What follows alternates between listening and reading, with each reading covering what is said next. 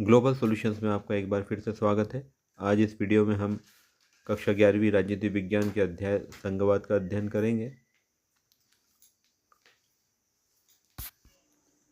सबसे पहले हम देखते हैं बहुविकल्पीय प्रश्न। पहला प्रश्न है, संघात्मक सरकार के लिए यह जरूरी है कि उसका संविधान कैसा होना चाहिए? तो इसका उत्तर आएगा, संघात्मक सरकार के लिए जरूरी है कि उसका संविधान लिखित होना चाहिए।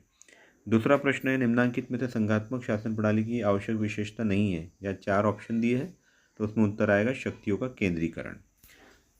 अगला प्रश्न है, जिन राज्यों में संविधान द्वारा ही केंद्रीय सरकार तथा प्रांतीय सरकारों के मध्य शक्ति विभाजन कर दिया जाता है और ऐसा प्रबंध भी कर दिया जाता है कि उन दोनों पक्षों में से एक अकेला इस शक्ति विभाजन में कोई बदलाव न कर सके, उसे क्या कहा जाता है? तो उत्तर आएगा संघात्मक शासन कहा जाता है। अगला प्रश्न है, भारतीय संविधान रूप में तो संघात्मक है परंतु भावना में एकात्मक है, उक्त कथन किसने कहा है? तो यह कहा है D.N. बनर्जी जी ने। अगला प्रश्न है, भारतीय संविधान का स्वरूप कैसा है? तो भारतीय संविधान का स्वरूप, उत्तर लिखेंगे संघात्मक ढांचा तथा एकात्मक आत्मा।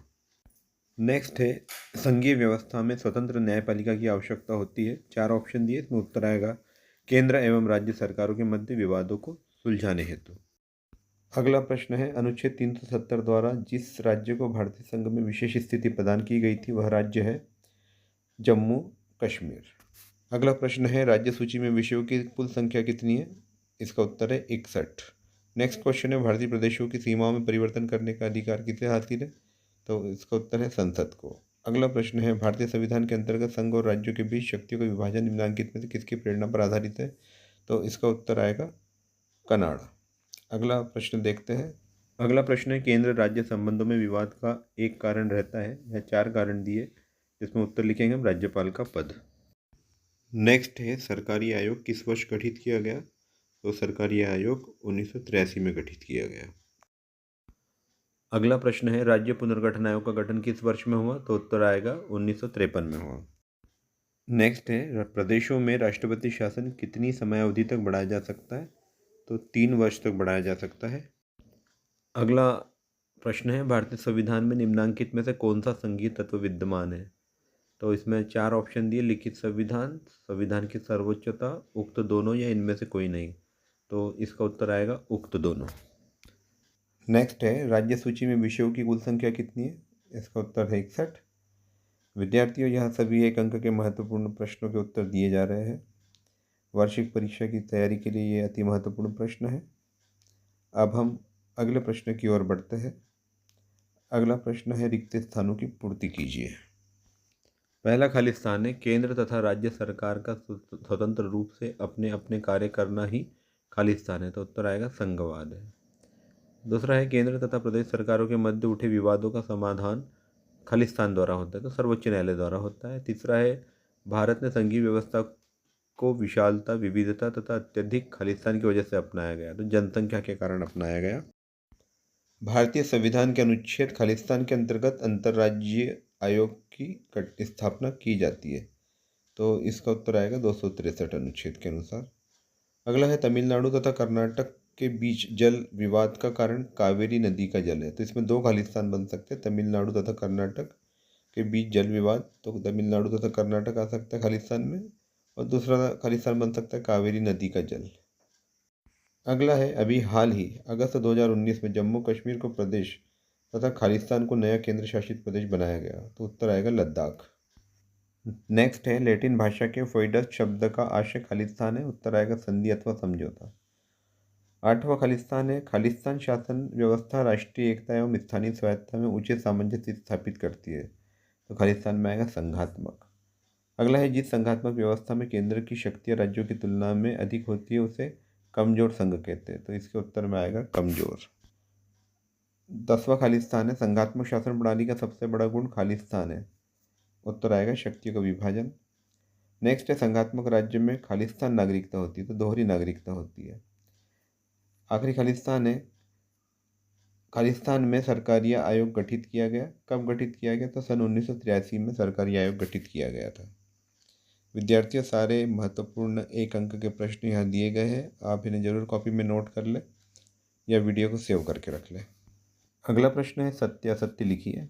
तो पहला वाक्य दिया है, संयुक्त राज्य अमेरिका एवं स्विट्जरलैंड के संघों को कमजोर तथा भारत, कनाडा एवं ऑस्ट्रेलिया के संघों को मजबूत संघात्मक व्यवस्था की श्रेणी में रखा जा सकता है। असत्य। अगला वाक्य है, संघात्मक शासन की स्थापना सर्वप्रथम यूगोस्लाविया में हुई थी। असत्य। नेक्स्ट है, संघात्मक शासन में दोहरी सरकारें होती है। सत्य है।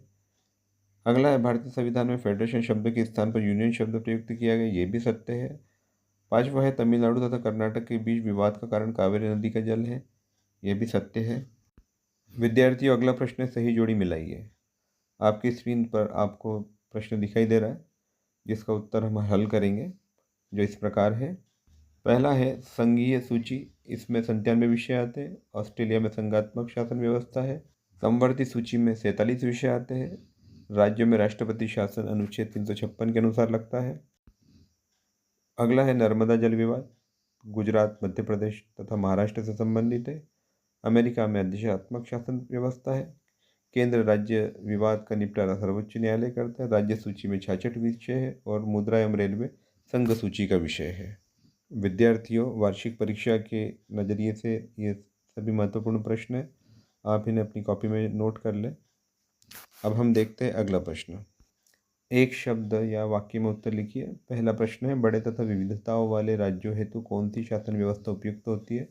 तो संघात्मक शासन व्यवस्था उपयुक्त होती है। दूसरा है, संघात्मक शासन में केंद्रीय विधानमंडल तथा द्वितीय सदन, उच्च सदन किसका प्रतिनिधित्व करता है? तो उत्तर आएगा संघ में शामिल इकाइयों का।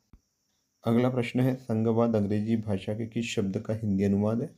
उत्तर आएगा फेडरलिज्म। अगला प्रश्न है, किस राज्य में संघीय शासन व्यवस्था होने के बावजूद नागरिकता का स्वरूप दोहरा न होकर इकहरा है? तो उत्तर आएगा भारत। अगला प्रश्न है, एक संघात्मक राज्य राष्ट्रीय एकता और राज्यों के अधिकारों में सामंजस्य स्थापित करने के राजनीतिक प्रयत्न के अतिरिक्त और कुछ भी नहीं है। ये परिभाषा किसने दी है? तो ये परिभाषा दी है डायसी ने। अगला प्रश्न है, किन्हीं दो देशों के नाम लिखिए जहाँ पर अवशेष शक्तियाँ राज्यों के पास है। उत्तर आएगा संयुक्त राज्य अमेरिका तथा स्विट्जरलैंड।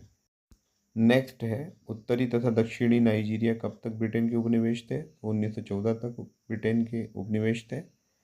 अगला है, वेस्ट इंडीज संघ का उदय कब हुआ? उत्तर आएगा 1958 में। नेक्स्ट है, 1960 के दशक में कुछ राज्यों में किस भाषा को लागू करने के विरोध में आंदोलन हुए? उत्तर आएगा हिंदी भाषा। अगला है, सरकारी आयोग की नियुक्ति क्यों की गई? इसका उत्तर है केंद्र तथा राज्यों की जांच पड़ताल के लिए। नेक्स्ट है, किस सरकार के पास सर्वाधिक आय के संसाधन होते हैं? तो इसका उत्तर आएगा भारत की केंद्रीय सरकार, मतलब संघीय सरकार के पास। अगला है, किस संवैधानिक प्रावधान के द्वारा भारतीय संसद प्रदेशों के नाम तथा उनकी सीमाओं में परिवर्तन कर सकती है? तो उत्तर आएगा अनुच्छेद 3 के अनुसार। अगला प्रश्न है, किस परिस्थिति में भारतीय संसद राज्य सूची के विषयों पर कानून बना सकती है? तो आपातकालीन परिस्थिति में भारतीय संसद राज्य सूची के विषयों पर कानून बना सकती है। प्रश्न है, संघवाद हेतु किस प्रकार का संविधान होना परम आवश्यक है? तो संघवाद हेतु लिखित संविधान होना परम आवश्यक है। विद्यार्थियों, इन प्रश्नों को आप अपनी कॉपी में जरूर नोट कर लें ताकि आप बार बार इन प्रश्नों का अध्ययन कर सकें। अब हम मिलेंगे अगली वीडियो में नए प्रश्नों के साथ।